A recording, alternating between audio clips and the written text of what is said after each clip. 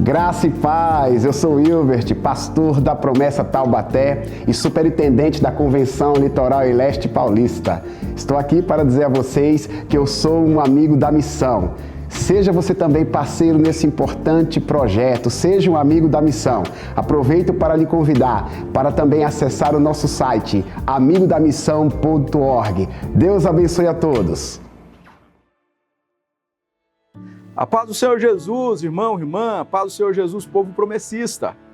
Eu sou o pastor Adelmilson e você está aqui no Sala Pastoral, esse ambiente virtual da igreja, sempre vai ao ar às sextas-feiras, 20 horas, pela TV Viva Promessa.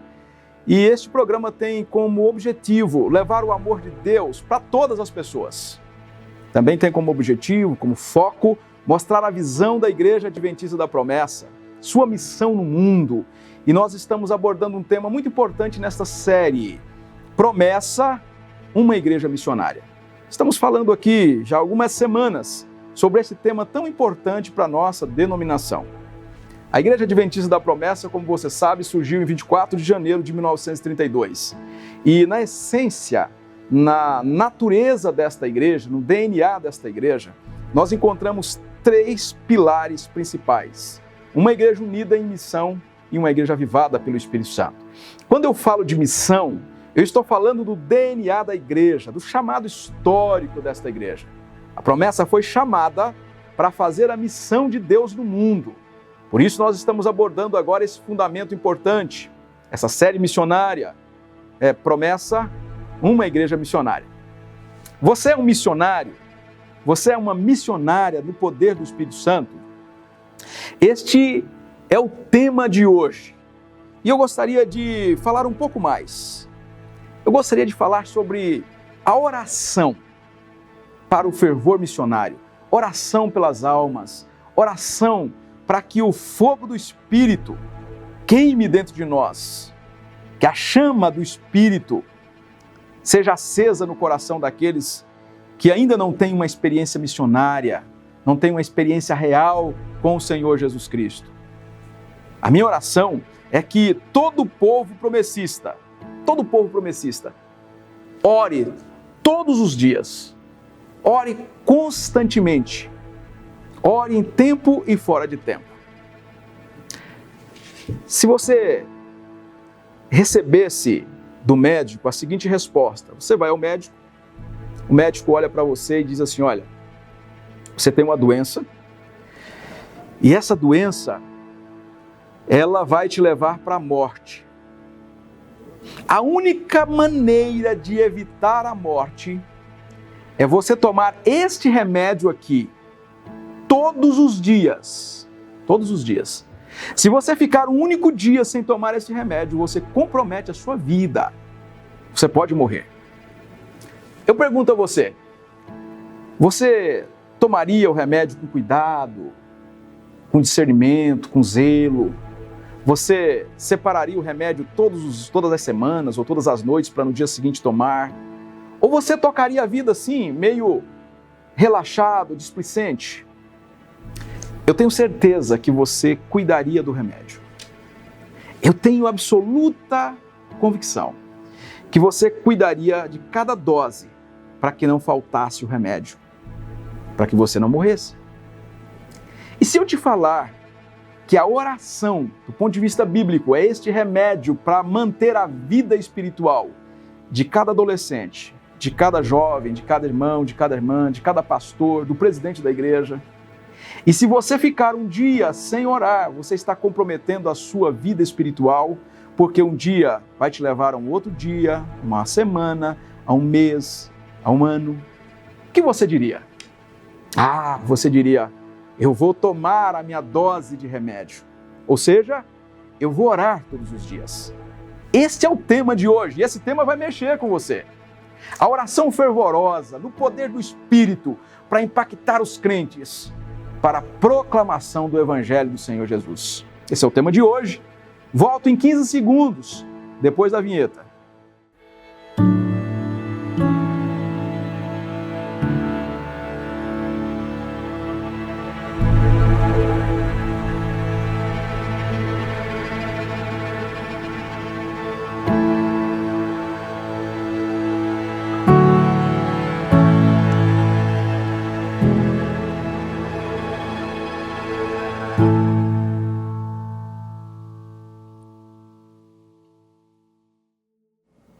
Anos atrás, eu li uma pesquisa dos pastores nos Estados Unidos que tiveram uma queda ministerial, um fracasso ministerial. Essa pesquisa foi feita lá na América do Norte, mas se aplicarmos talvez para a América do Sul, talvez para outras partes do mundo, o resultado vai ser muito parecido. A grande pergunta que o pesquisador fez a pastores, pasmem, pastores, líderes que caíram em pecado, como estava a sua vida de oração nos últimos anos? E todos aqueles que caíram, todos, eles responderam que há 12 meses eles não oravam e não liam a Bíblia. Perceberam? Todos aqueles pastores que foram entrevistados, foram talvez centenas de pastores, todos aqueles que caíram em pecado, eles afirmaram ao pesquisador que eles não liam a Bíblia e não oravam há 12 meses aproximadamente. Por que eu estou dizendo isso? Porque a oração é essencial para manter a vida. A oração é essencial para impulsionar a obra missionária. Hoje eu quero abordar esse tema com você. A oração fervorosa, no poder do Espírito, para proclamarmos o Evangelho, para ter paixão pelas almas, para ter um clamor vigoroso pelo mundo. E a nossa primeira abordagem aqui é a oração. É a oração como um instrumento de Deus. Um instrumento de Deus para alcançar o mundo. Mas antes de alcançarmos o mundo, nós precisamos orar pelo nosso coração, orar por nossa vida, orar por nós mesmos. O escritor de Hebreus vai dizer que o sacerdote, segundo a ordem de Arão, ele fazia 2 sacrifícios. Um por ele, para que os seus pecados fossem perdoados, e outro pelos pecados do povo. Então a gente ora por nós mesmos, ora por comunhão, e a gente ora pelo mundo. Dentre todas as modalidades de oração, e são muitas, ou algumas melhor, praticamente alguns estudiosos que pesquisam a oração bíblica, eles vão dizer que na Bíblia nós temos 2 modelos de oração. Todas as outras, os outros modelos de oração, eles vão se encaixar em alguma medida debaixo desses 2 modelos. Ele vai dizer, os estudiosos vão dizer, e eu tenho um especial que eu gosto muito, ele vai dizer que existe na Bíblia uma oração de comunhão, e existe na Bíblia uma oração de súplicas. São os 2 modelos que nós temos, oração de comunhão, oração de súplica. Nós temos outros modelos de oração que também vão se encaixar dentre esses, ou debaixo desses 2 modelos. Eu gostaria então de destacar com vocês este primeiro modelo que nós encontramos na Bíblia, oração de comunhão, tá? Especialmente o Tim Keller vai falar sobre esses modelos de oração de comunhão. Quando a gente olha para a Bíblia, lá no Salmo 27, verso 4, nós temos assim, olha, uma coisa pedi ao Senhor e a buscarei, que possa morar na casa do Senhor todos os dias da minha vida, para contemplar a formosura do Senhor e aprender do seu santo templo. Uma coisa eu peço ao Senhor, para aprender, para estar próximo, para estar nele. Lá no Salmo 63, que eu também destaco aqui para vocês, no verso 1, nós temos assim, olha, Deus, tu és o meu Deus, eu te busco intensamente, minha alma tem sede de ti, todo o meu ser anseia por ti, numa terra seca, exausta e sem água. Todo o meu ser anseia por Deus. todo o meu ser anseia por Deus. Ainda no Salmo de número 84, verso 1 e 2. Quão amáveis são os teus tabernáculos, Senhor dos exércitos. A minha alma está anelante e desfalece pelos atos do Senhor. O meu coração e a minha carne clamam pelo Deus vivo. Perceba que nessas orações o salmista busca comunhão com Deus, onde a vida de Davi, ela está inclinada para Deus, ela anseia Deus, ela busca Deus, ela tem sede de Deus. Então, uma oração que nós encontramos, um modelo de oração, é uma oração de comunhão, de busca intensa de Deus, de receber de Deus o toque gracioso, ao mesmo tempo que você está em comunhão plena com este Deus. Mas existe um outro modelo de oração também nas Escrituras Sagradas, a oração de súplicas. Existem pessoas que entendem que a oração é uma maneira de suplicar a Deus, de buscar a Deus intensamente por uma intervenção. Tem gente que entende, estudiosos que entendem que a oração de súplica é uma oração, uma batalha, é uma luta intensa para obter uma resposta de Deus. Para que Deus venha com solução, ou Deus venha fazer uma intervenção na nossa realidade, na nossa vida. E nós encontramos textos nas Escrituras que nos levam a entender que é possível bater na porta de Deus com intensidade.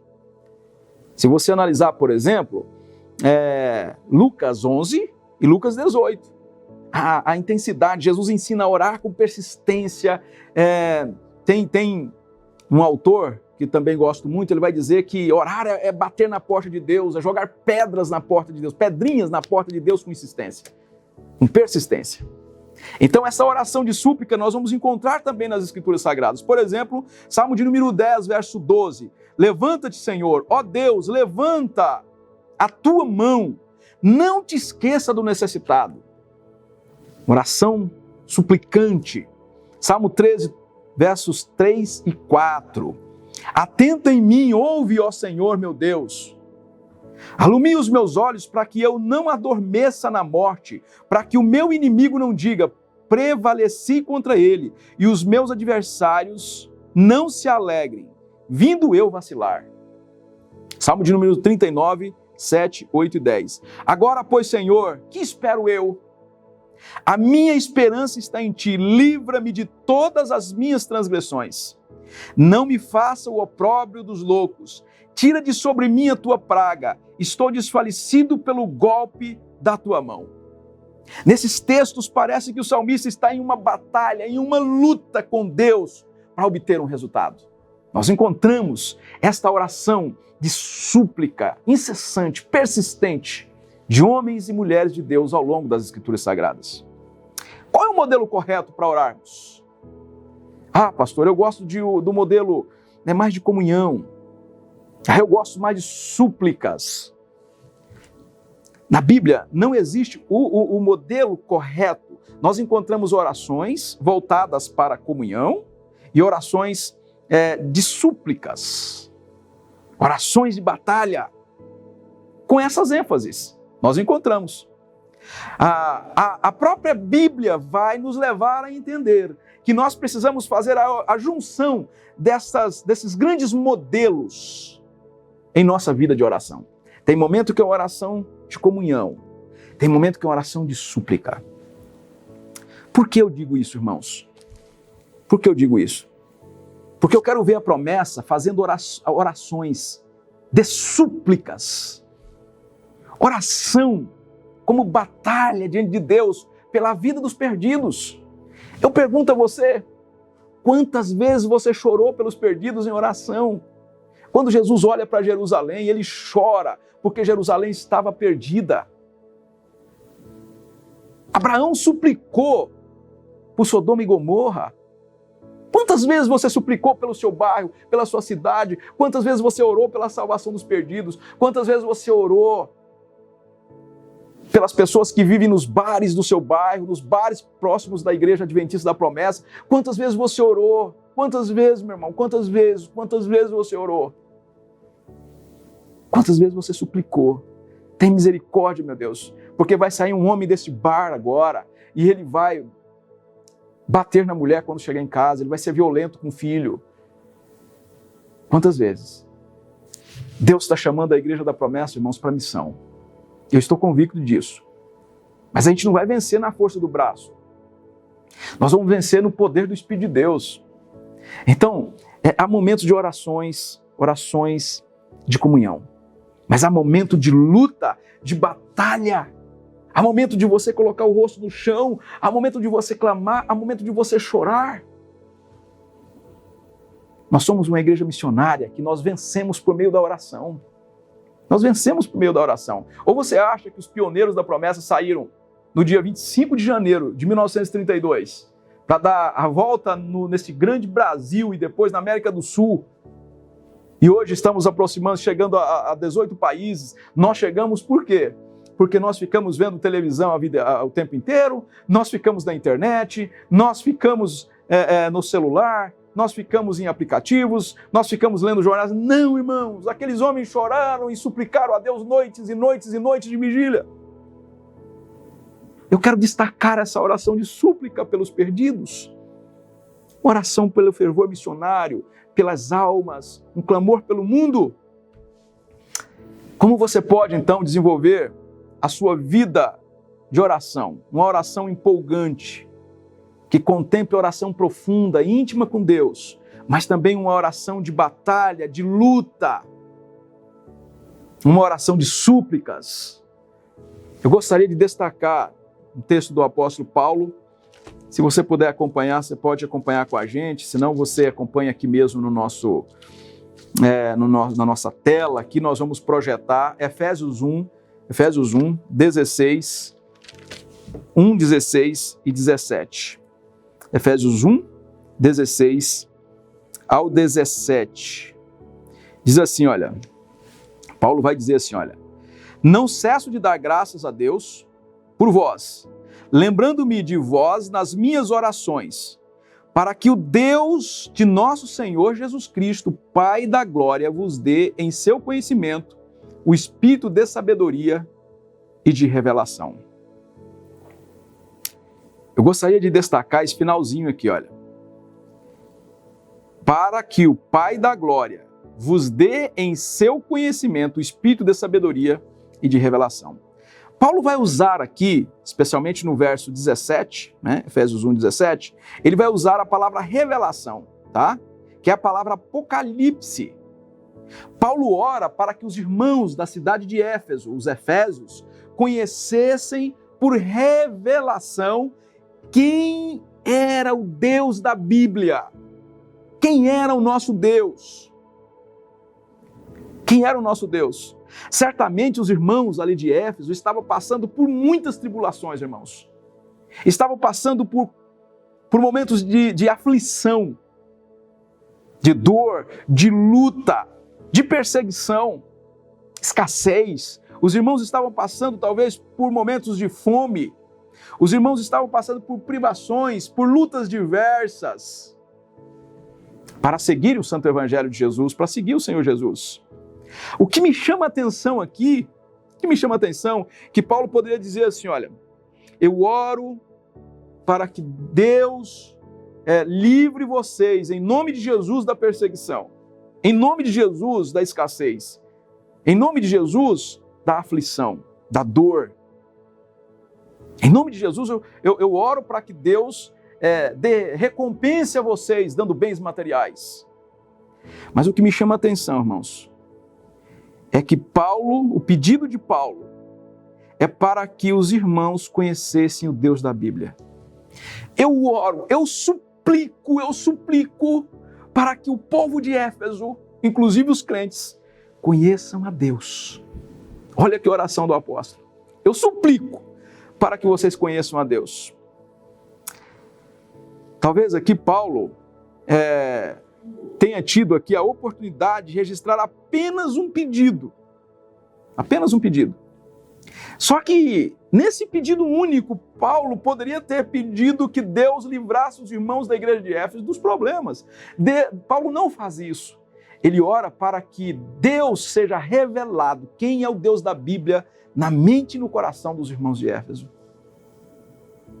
Com isso eu quero dizer que a gente não deva orar para que Deus nos livre do mal? Não é isso que eu estou dizendo. Até porque Jesus ora para que nós sejamos livres do mal. Não é isso que eu estou dizendo.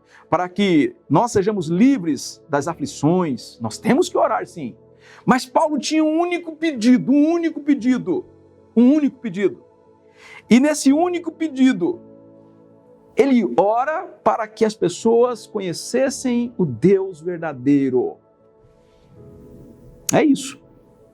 Se você tivesse um único pedido para fazer agora, nessa sexta-feira, um único pedido, nessa sexta-feira para fazer, qual seria o único pedido?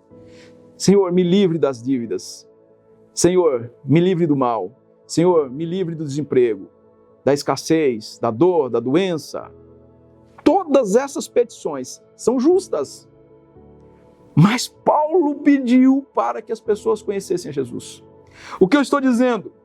Que a oração também, ela faz parte da missão da igreja. O Deus missionário, a igreja missionária, ora a Deus na abordagem da comunhão, no modelo da comunhão, mas ora a Deus também no modelo da súplica. Paulo tinha um único pedido, e ele pediu para que as pessoas conhecessem Deus. Que tal a gente orar agora? Que tal você tirar agora alguns segundos aí, no sofá da sua casa? Talvez você esteja no quarto. Quem sabe você está vendo do escritório onde você trabalha. Posteriormente, você está vendo esse vídeo. Quem sabe você tire agora uns minutinhos ou alguns segundos aqui e suplica a Deus para que as pessoas do teu bairro, onde a Igreja da Promessa está inserida, as pessoas da cidade, elas conheçam o Deus verdadeiro. Quem sabe Deus está nos dando a oportunidade de suplicarmos pelos perdidos, irmãos. Suplicarmos pela vida dos perdidos. Quem sabe Deus está nos dando essa oportunidade, está dando essa oportunidade para você. Conta uma história que um rabino chamado Kirchner, em algum momento ele foi abordado por um jovem, um adolescente quase jovem, que ele não acreditava em Deus. Ele não acreditava em Deus. E o rabino Kirchner, ele tentou de todas as maneiras levar aquele jovem a crer na existência de Deus. Ao final da conversa, ele não conseguiu, foi a impressão que ele teve, ele não conseguiu convencer aquele jovenzinho que Deus é um Deus verdadeiro, que Deus existe, que Deus age, que Deus interfere na história. O Deus pessoal da Bíblia ele não conseguiu levar ao conhecimento daquele jovem. Tempos depois ele encontrou um amigo e ele compartilhou a experiência de não ter conseguido levar ao conhecimento daquele jovem a existência de Deus. O amigo disse a Kirchner, a pergunta que você deveria fazer a ele era outra. A pergunta que você deveria fazer a ele era mais ou menos assim, olha, você deveria ter perguntado a ele o seguinte, me conte como é esse Deus que você não acredita. Me diga como é esse Deus que você não acredita. Por quê? Talvez o próprio rabino não acreditasse no Deus que o rapaz não acreditava. Por quê? O amigo leva o rabino a fazer essa pergunta contrária. Porque às vezes o Deus que a pessoa não acredita, você também não acredita. O Deus que ela não crê, eu também não creio. Porque tem muita gente que tem uma imagem distorcida de Deus. Tem muitos vizinhos que têm uma imagem distorcida de Deus. Tem muitos amigos, tem muitos parentes que têm uma imagem distorcida de Deus. E às vezes, quando a gente tem uma imagem distorcida de Deus, a gente não quer conversar com Deus, a gente não quer orar, a gente não se rende a Ele. Pense comigo agora, olha, qual é a pessoa mais boníssima que você conhece no mundo? Qual é a pessoa que, uma pessoa que é sinônimo de bondade para você? Pense nessa pessoa. Você gosta de conversar com essa pessoa? Assim nós devemos pensar de Deus. Assim nós devemos olhar para Deus. Assim nós devemos aproximar de Deus.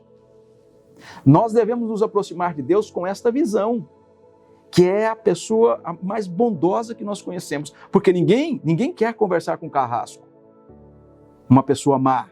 Ninguém quer conversar com uma pessoa intolerante. Não. Esta pessoa bondosa, que é capaz de conversar com você.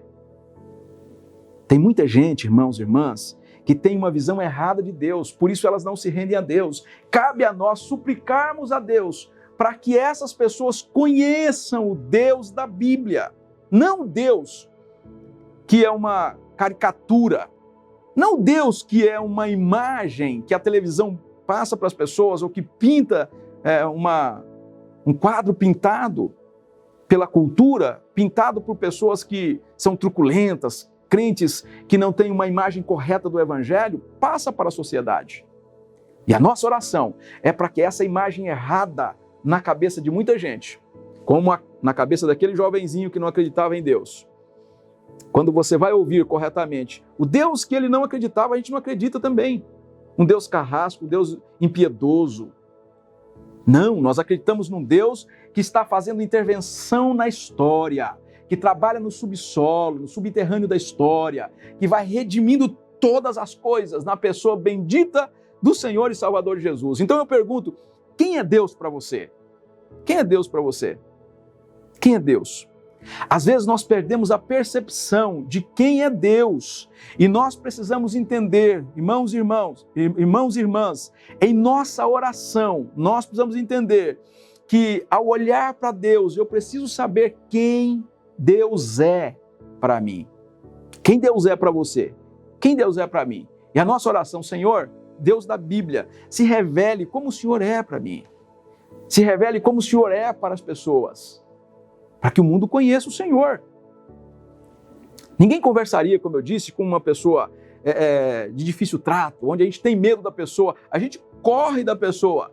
Então você vai pedir ao Espírito Santo, olha, pedir ao Espírito Santo que toque no seu coração para você ter a revelação. Aquela oração de Paulo para os irmãos de Éfeso, para que você conheça Deus. Mas você vai pedir para que o Espírito Santo também leve ao coração dos pecadores esse Deus bíblico, o Deus que nós cremos, o nosso Deus, o Deus da Bíblia.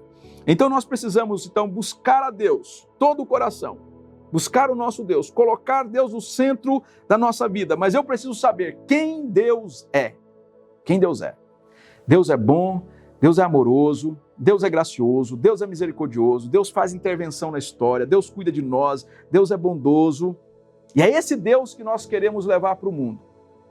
E nós precisamos suplicar a Ele para que essa revelação correta, para que a mente dos nossos amigos, parentes e irmãos sejam mentes abertas para entender quem Deus é, para que a revelação do Evangelho chegue ao coração dessas pessoas. Em segundo lugar, precisamos buscar uma experiência real com Deus.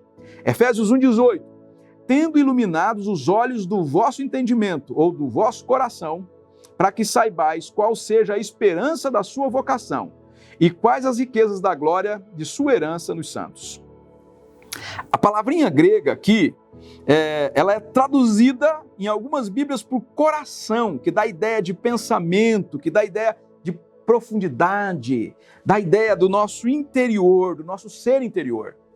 Às vezes, temos o preconceito, muita gente é racional demais, ela tem o preconceito de buscar uma experiência mística no sentido de uma experiência vivencial com Deus. Nós temos, Paulo vai nos dizer aqui, irmãos, olha, e tendo iluminado os nossos olhos, né, ou o vosso coração, ou o vosso entendimento, ou o vosso coração, para que saibais qual seja a esperança, para que você tenha conhecimento desse Deus. É preciso de uma experiência real com Ele. Busque o batismo no Espírito Santo. Busque os dons espirituais. Busque chorar diante dele. É preciso uma experiência com ele nesse sentido. Então deixa de ser muito racional. Amém? Deixa de ser muito racional. Busque essa experiência do coração aqui, olha, que o apóstolo Paulo fala aos irmãos de Éfeso, no capítulo 1, verso 18. Por que eu digo isso, irmãos? Porque o coração é onde reside, é tido, né? Como reside o sentimento, né? Sentimentos mais profundos, mais importantes, os afetos. Aquilo que nós guardamos no íntimo, né? Por isso que nós precisamos dessa experiência que passe pelo coração. É isso. Vou dar um exemplo para vocês. Eu sei que a minha filha, eu tenho uma filha de 8 anos, Ana Clara, tenho um filho de 17 para 18 anos, o Pedro Guilherme. Eu sei que a Aninha, eu sei que ela me ama. Sei que ela me ama. E às vezes ela fala que me ama. Mas às vezes a Ana, às vezes ela me abraça. Ela me abraça. E ela fala, papai, eu te amo, papai. Às vezes a Ana fala assim, papai, eu quero me casar com a pessoa igual ao papai. Olha, eu sei que a Ana me ama. Mas quando a Ana me abraça, quando ela me abraça, dá a impressão que o amor, ele é evidenciado por uma expressão mais profunda. Não é assim com você também? Quando teu filho, teu neto, tua neta, teu esposo, quando tem o abraço e a pessoa diz, olha, eu te amo. Você sabia que orar é abraçar Deus? Você sabia que a expressão de oração é como se nós abraçássemos a Deus? De alguma forma, orar é abraçar a Deus e sermos abraçados por Deus. Nós oramos porque na oração a gente abraça Deus. É como se você dissesse assim, eu te amo, Deus, mas a oração te leva a abraçar Deus. Assim como a Ana me abraça e diz eu te amo, assim como teu filhinho te abraça, tua filhinha e diz eu te amo, papai, mamãe, na oração nós abraçamos a Deus. É isso que nós encontramos na oração. Paulo não está orando para que Deus livre os irmãos de Éfeso das circunstâncias em que eles estavam passando. Paulo estava orando para que os efésios conhecessem a Deus, abraçassem a Deus, se aproximassem de Deus. Sabe, irmãos? Às vezes no sofrimento, o que nós precisamos é de um abraço de Deus, não é do livramento. Em 2020, março, ali, comecinho de abril de 2020, a gente passou um momento muito dramático, vocês sabem, essa severa pandemia de 2 anos que nós estamos, com a graça de Deus, vencendo. Nós tínhamos passado ali, não é, um momento de eleição dos líderes do Brasil, né, especialmente das nossas 26 convenções regionais e a convenção geral. Pela graça de Deus, nós tínhamos assumido a presidência da igreja no dia 1º de janeiro de 2020. Muitos planos, muito ânimo no coração. Exatamente 90 dias depois, nós entramos na pandemia. Foi muito difícil, irmãos. Eu ouvi vozes, sabe, aqueles agentes da intimidação que ligam para intimidar, no sentido de falar assim, olha, situação é difícil, não vai dar certo, igreja vai quebrar, irmãos vão sair da igreja e não voltam mais, faltará dinheiro, você terá que demitir pessoas. Você tem noção do que aconteceu? Disse um. Você tem noção de que a igreja quebrou? Você precisa falar urgentemente para o povo que a igreja quebrou. Eu fui orar a Deus e eu vi nitidamente aquela cena do povo de Deus saindo do Egito. Aquelas milhares de pessoas, e talvez milhões, saindo da terra do Egito e indo para a terra da promessa. Veio nitidamente a cena do povo chegando à beira do mar Vermelho. Moisés à frente, desesperado do ponto de vista humano, um povo gigante atrás, uma nação atrás, e o exército poderosíssimo do faraó, perseguindo com carros e cavalos, com lanças, com arma de última geração. Moisés clama a Deus, e Deus diz a Moisés: diga ao povo de Israel que marche. Foi isso que veio à minha mente. Deus deixou claro: diga ao povo adventista da promessa que marche. Foi isso, simplesmente isso. Vocês nunca ouviram eu falar nada fora disso que eu estou falando. Sabe por quê?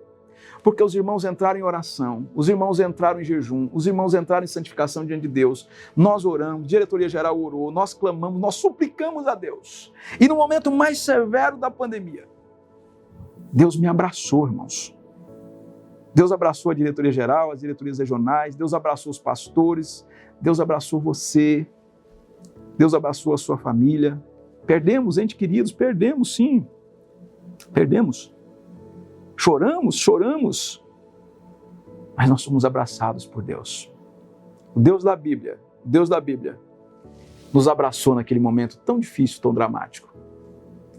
Depois de muita súplica, nós estamos aqui, pedindo a vocês que supliquem pela salvação do mundo, porque suplicar ou orar a Deus é abraçar a Deus, é abraçar o Deus verdadeiro.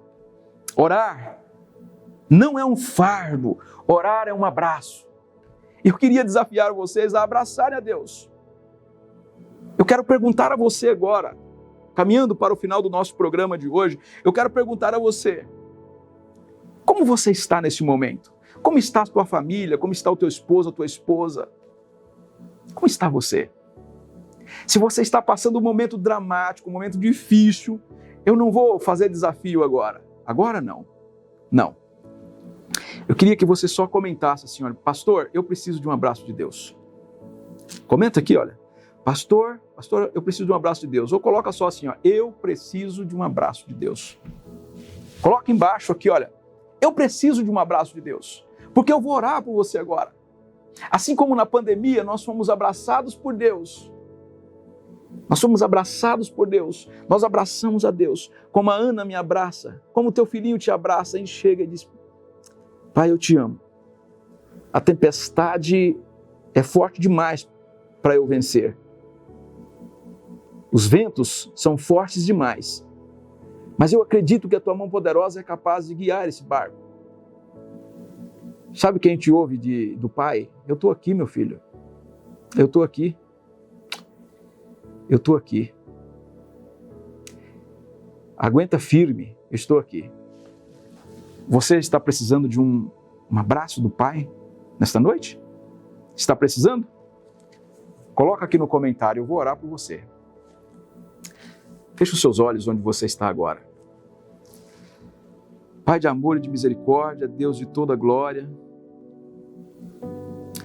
a Ti pertence o domínio de todas as coisas. Meu Pai, a pandemia foi um dos momentos mais difíceis da Igreja Adventista da Promessa, meu Deus. Mais difíceis da minha vida. Em alguns momentos nós chegamos a pensar que essa tempestade era forte demais para nós passarmos. Mas no momento mais dramático, eu Te abracei por meio da oração. Um abraço que não teve fim. Um abraço que não teve fim. Os meus irmãos te abraçaram. E assim como eles te abraçaram, eles foram abraçados. Quantos ouviram a voz do Senhor? A mesma voz que Jesus Cristo ouviu na transfiguração, no batismo. Tu és o meu filho amado em quem me comprazo. Quantas vezes nós ouvimos de Ti, Pai? Tu és o meu filho amado em quem tenho prazer. E assim nós vencemos, meu Deus.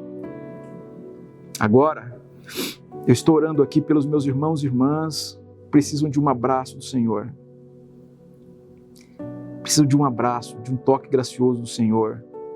Abrace o Teu povo nesta noite, meu Deus. Abrace o Teu povo, meu Deus. Abrace, meu Deus, a mãe de família. Abrace, meu Deus, o pai de família. Abrace o jovem adolescente que está buscando o primeiro emprego, não sabe o que está do outro lado, está desesperado.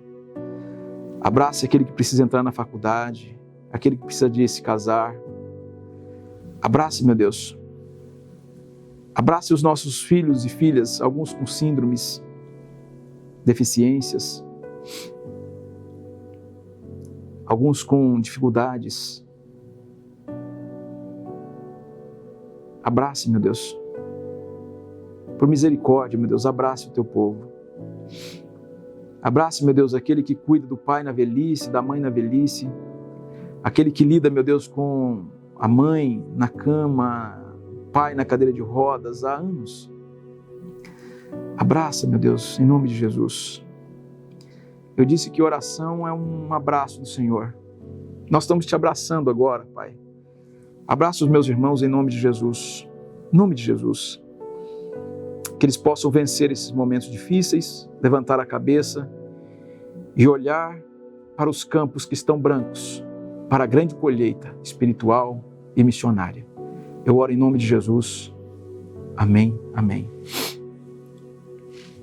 Agora que você foi abraçado por Deus, eu quero fazer um desafio especial. Eu quero fazer um desafio especial. Eu quero que você ore ainda nesta noite. Que você ore pela salvação dos perdidos. Ore.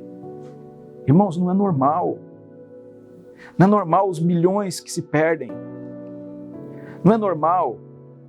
Alguns missiólogos vão dizer que 600 pessoas morrem por dia sem conhecer Jesus como o único suficiente Salvador, que nunca ouviram falar de Jesus uma única vez. É provável que elas tenham ouvido falar do Neymar, do Pelé, do Maradona, mas elas não ouviram falar de Jesus. É provável que elas tenham ouvido falar de John Lennon, da Anitta, mas elas não ouviram falar de Jesus. E Deus tem uma igreja. Deus tem uma igreja.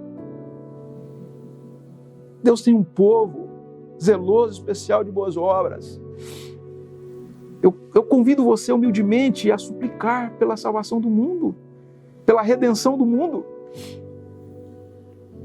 Vamos fazer isso?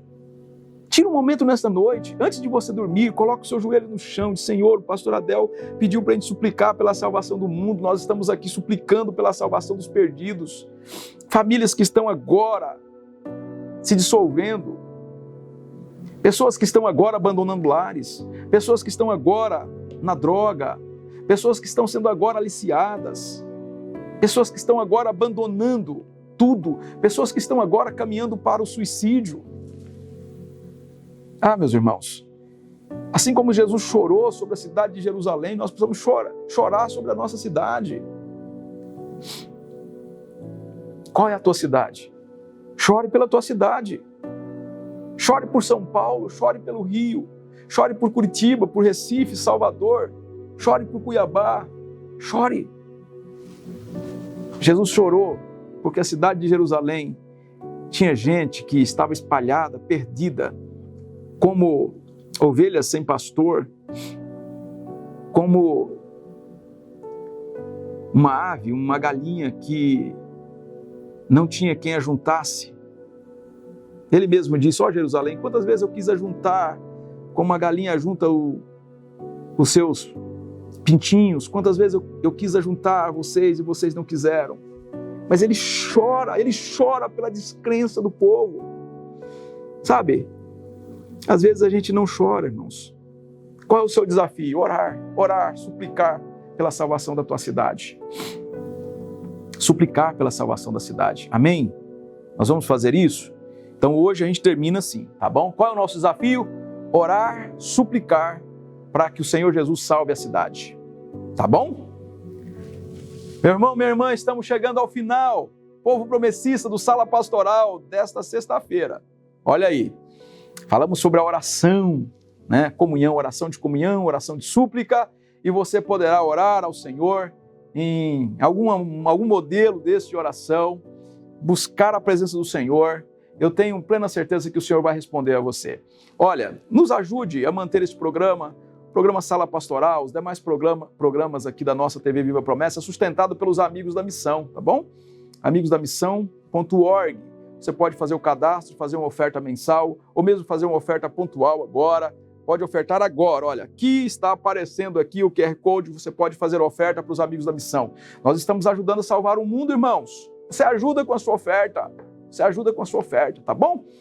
Nós estamos ajudando a tirar crianças, especialmente em situação de vulnerabilidade, tirar crianças que são exploradas sexualmente, tirar essas pessoas e trazê-las para mais perto da igreja, por meio da nossa Agência Humanitária Brasil e Agência Humanitária Internacional.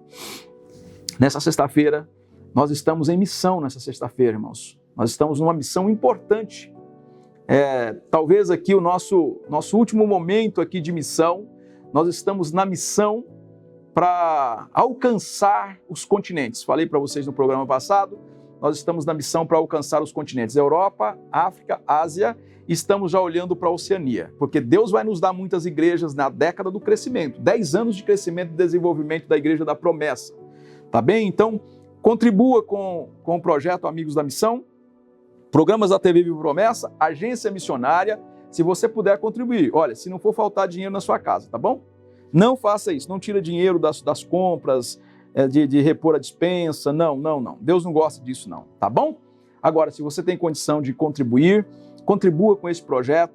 Nós fazemos tudo para administrar corretamente os recursos da igreja, para que esta igreja que nós amamos de coração, que nós dedicamos a nossa vida se mistura com a vida da promessa, viu, irmãos? Para que a gente chegue muito mais longe ainda. Um dia o céu será diferente. Um dia você vai chegar lá diante de Jesus Cristo e você vai encontrar muita gente lá que chegou lá por causa dos amigos da missão. Você ofertou, o missionário foi, pregou o evangelho, a pessoa não te conhece, você não conhece a pessoa, mas Jesus sabe que esta oferta chegou aos confins da terra. Amém? Deus abençoe, um abraço, a paz do Senhor Jesus, até sexta-feira, se Deus permitir.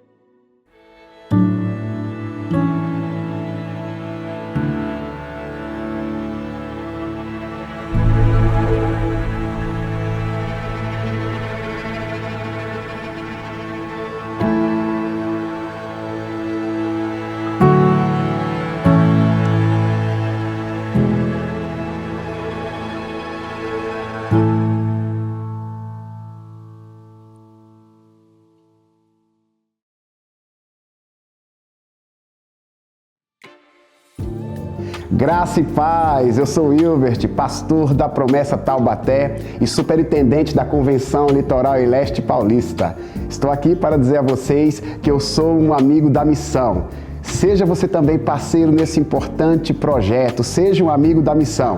Aproveito para lhe convidar para também acessar o nosso site amigodamissão.org. Deus abençoe a todos.